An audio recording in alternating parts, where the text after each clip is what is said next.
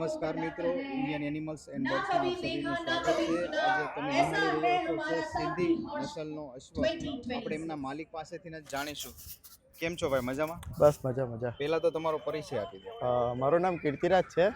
હા એકચ્યુઅલી છે ને પુણી ગામ કરીને એક ગામ છે વેસમા પાસે, ત્યાં મારા મામા રહે ને, મામાનો ગોરો છે.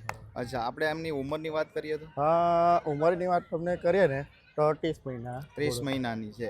અને જે આપણે સિંધી નસલ કહીએ છીએ,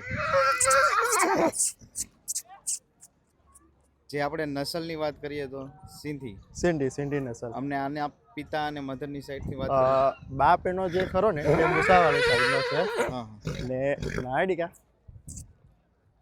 ને માં જે ખરી ને તે જામાવાળી નસલ. અચ્છા, અને આનું અશ્વનું નામ શું છે? અમારા અશ્વનું નામ એલ્ડોરાડો છે. એલ્ડોરાડો.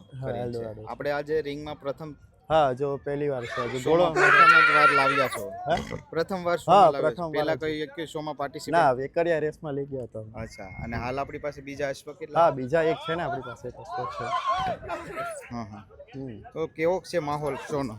માહોલ મેળાનો સારો છે. અને કેવી છે તૈયારી તમારી? તૈયારી એકદમ ફૂલ છે. હા હા. અને તમારો કોન્ટેક્ટ નંબર જણાવી શકો?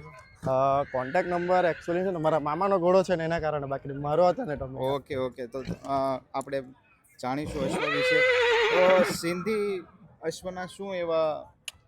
સિંધી અશ્વ રેસ માટે જાણીતા ઘોડા છે. રાઇડિંગ પર્પઝ, રાઇડિંગ માટે, રેવલ ચાલ માટે. ઓય